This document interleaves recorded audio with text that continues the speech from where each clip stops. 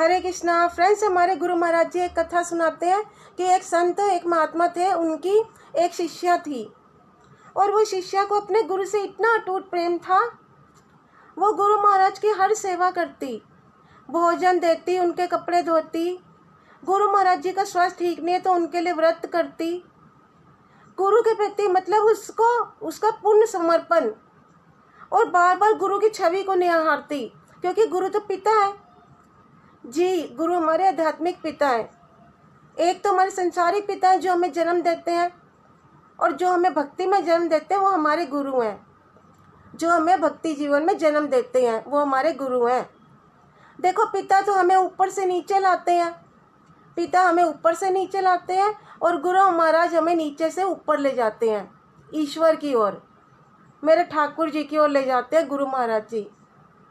तो वो शिष्य अपने गुरु की बहुत सेवा करती, बहुत सोचती कि यही मेरे पिता हैं, मेरी माता यही है। जब गुरु का शरीर वृद्ध हुआ फ्रेंड्स, तो वृद्ध होते होते वो अपने गुरु की और सेवा करती जाती। लेकिन गुरु महाराज जी जब बिल्कुल लास्ट स्टेज पर आ गए, मतलब शरीर छूटने वाला था उनका, तो वो बहुत दुखी थी। उसने गुरु से कहा, गुरु जी आप जा रहे तो मैं भी नहीं जी पाऊंगी, मैं नहीं रह पाऊंगी। तो गुरु ने कहा कि तुम बावरी हो, ऐसी बोल रही हो, अभी तुम्हारी कोई उम्र है। बोले नहीं गुरुदेव, मैं नहीं रह पाऊंगी। मतलब वो तड़प उठी। कहते हैं फ्रेंड्स कि जब गुरु का शरीर छूटा, अब वो उसको देख नहीं पाई। अपने गुरु के बिना नहीं जी पाऊंगी, क्योंकि गुरु तो मेरे प्राण थे, मेरा जीवन वही थे। इन्होंने तो मुझे ईश्वर से मतलब मिलवाया, माला जाप भक्ति करना सिखाया, मेरा इतना भला किया, तो मैं कैसे जीऊँ अब इनके बिना। तो कहते हैं कि जैसे ही गुरु महाराज जी का शरीर छूटा, उसने देखा मेरे गुरु महाराज नहीं रहे, तो शिष्य ने भी फ्रेंड्स अपने प्राण त्याग दिए। वहीं उसी क्षण वो अपने गुरु के उस समय को देख ही नहीं पाई। उसको यही लग रहा था कि मैंने अपना जीवन सारा इनके चरणों में बिताया और आगे छोड़कर चले गए, और इसी विरह, इसी जुदाई में उसने भी प्राण त्याग दिए। तो यही गुरु प्रेम है, गुरु भक्ति है। गुरु की शिष्य इसलिए तो भक्ति करता है फ्रेंड्स कि गुरु ही तो ईश्वर से मिलाता है। गुरु कभी नहीं कहता कि मेरी भक्ति करो, मेरी सेवा करो, मेरा पूजन करो, नहीं। लेकिन शिष्य इसलिए गुरु भक्ति करता है कि इसने मुझे गोविंद से मिलाया। कोई महात्मा नहीं कहता मेरी पूजा करो, कोई भी गुरु। और जो कहे कि मेरी पूजा करो, फिर वो कैसा महात्मा, कैसा गुरु। हर महात्मा यही कहता है कि उस गोविंद की पूजा करो, उस ईश्वर की भक्ति करो, उसी का भजन, उसी का ध्यान, उसी का मनन करो, उसी का चिंतन, उसी का सिमरन, उसी का जाप करो। हरे कृष्ण कृष्ण कृष्ण हरे हरे, हरे राम राम राम हरे हरे। वो यही कहते हैं कि भजन करो। और शिष्य ने भी तो अपने प्राण त्याग दिए। कहते हैं जहाँ गुरु की समाधि बनी, वहीं बगल में भी शिष्य की समाधि बनी। तो कितना वियोग में इंसान प्राण तक त्याग देता है जुदाई में। तो फ्रेंड्स, आज हम गोपी गीत पे चर्चा करते हैं। कुछ वियोग में इंसान प्राण तक त्याग देता है, विषय हमारा ये। तो कृष्ण को लगा कि अगर मैं इनको छोड़कर चला गया गोपियों को मथुरा, तो मैं ये कहीं प्राण न छोड़ दे मेरे वियोग में, क्योंकि इनका प्राण धन मैं ही हूँ, कृष्ण जानते हैं। तो भगवान जब गोपियों को रास में विराग देते हैं, तो भगवान समझ जाते हैं कि ये मेरे बिना जी नहीं पाएंगी। तो कृष्ण ने क्या किया, वो एक रूप में तो वृंदावन में ही रहे फ्रेंड्स, क्योंकि कृष्ण कभी वृंदावन छोड़ के गए ही नहीं। आप वृंदावन में किसी भी आचार्य से, किसी भी महात्मा से पूछो, वो आज भी वृंदावन में ही है। आज भी कृष्ण वृंदावन में रहते हैं, श्यामा श्याम जी।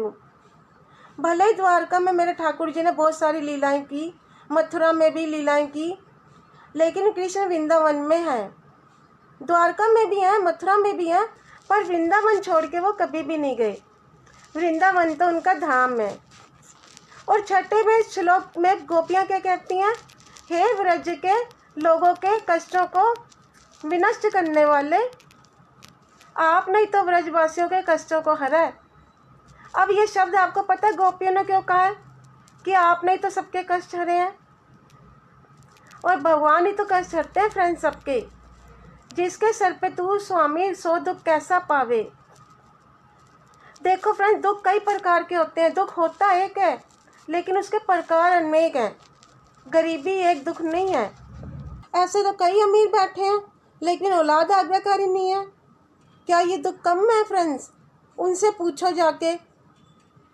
प्रभु जी बताते हैं, अच्छा खासा एक लड़का देखा उन्होंने, अच्छी खासी पढ़ाई करने वाला, एक लड़की से प्रेम हो गया, उस चक्कर में पूरा बर्बाद हो गया। लड़की ने धोखा दिया, ड्रिंक की लत लग गई, इश्क ने हमको बर्बाद कर दिया गालिब, वरना हम भी आदमी थे काम के, कहते हैं ना वो। फिर ऐसे माँ बाप पे क्या बीतती होगी? माँ बाप तो रोएंगे ही। एक लड़के के कारण या एक लड़की के कारण अपने भविष्य को दांव पे लगा देते हैं, तो ये बेवकूफ़ी होती है ना। मेरे जीवन में एक लड़की आएगी या एक लड़का आएगा, बस वेट करना, उसका सेट नहीं होना है कि अभी से ये चीज़ें मिल गई ना, अगर कि मैं इसके पीछे भागूंगा, 18 साल की उम्र में कोई दोस्त, कोई लड़का या लड़की मिल जाए, तो फिर हमारे कैरियर पर कितना बुरा असर पड़ता है। या ड्रिंक की लत लग गई, 16 साल के बच्चे देखो आज स्मोक कर रहे हैं, ड्रिंक कर रहे हैं, ये सब क्या है? अपने भविष्य को क्यों खराब कर रहे हैं?